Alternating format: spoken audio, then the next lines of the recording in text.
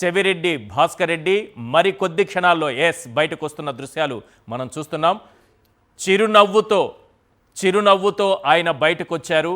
అందరికీ అభివాదం చెప్పారు. ఆ తర్వాత వైఎస్ఆర్సీపీకి సంబంధించినటువంటి ముఖ్య నేతలంతా ఆయన దగ్గరకు చేరుకున్నారు, ఆలింగనం చేసుకున్నారు. ఆయనకు జైలు నుంచి స్వాగతం పలుకుతున్నటువంటి దృశ్యాలు, పూలమాలను వేసి మరీ స్వాగతం పలుకుతున్నటువంటి దృశ్యాలు మనం ఇప్పుడు సాక్షి స్క్రీన్ పైన చూస్తున్నాం.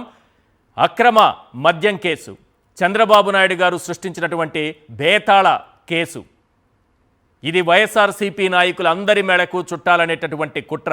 ఆ కుట్రలో భాగంగా 226 రోజులుగా జైలులో గడుపుతున్నారు చెవిరెడ్డి భాస్కర్ రెడ్డి.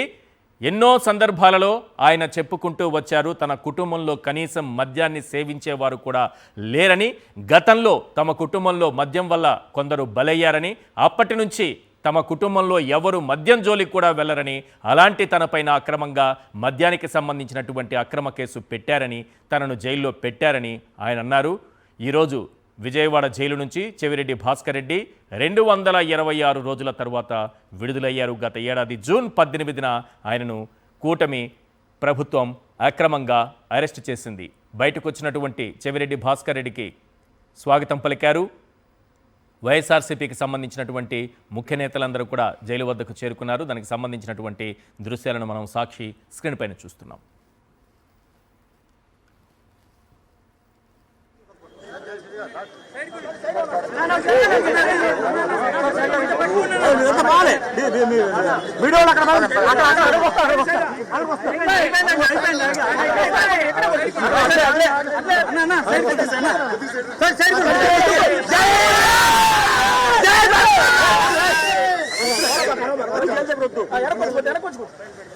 ధర్మం గెలిచింది.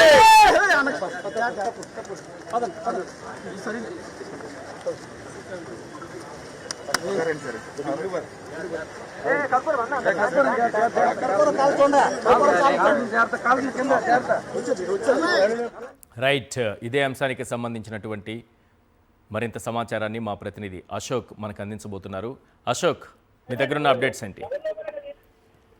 సార్, ఈ మద్యం అక్రమ కేసులో గత ఏడాది జూన్ 18వ తేదీన చెవిరెడ్డి భాస్కర్ రెడ్డిని అధికారులు అరెస్ట్ చేశారు. అయితే దాదాపుగా 226 రోజుల పాటు ఆయన జైల్లో ఉన్న పరిస్థితి. ఈ రోజు హైకోర్టు బెయిల్ మంజూరు కావడంతో ఇప్పుడే విజయవాడ జైలు నుంచి చెవిరెడ్డి విడుదలైన పరిస్థితి కనబడుతుంది.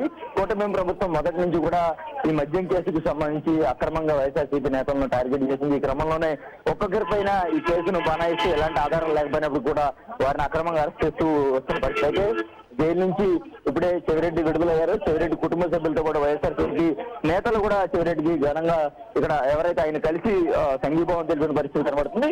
ఇప్పుడు మరి కొద్దిసేపట్లోనే ఆయన మీడియా ముందుకు మాట్లాడేందుకు అయితే కూడా వస్తున్న పరిస్థితి మనం చూస్తున్నాం. గతంలో కూడా ఆయన చెప్పడం జరిగింది, కోర్టుకి అభ్యర్థించడం కూడా జరిగింది. ఆయన ఆరోగ్య పరిస్థితికి సంబంధించి చాలా అనారోగ్యంతో ఇబ్బంది పడుతున్నటువంటి సమయంలో ఆయనకు కొంత ప్రకృతి వైద్యం అందించడానికి కూడా కోర్టు అనుమతినిచ్చింది.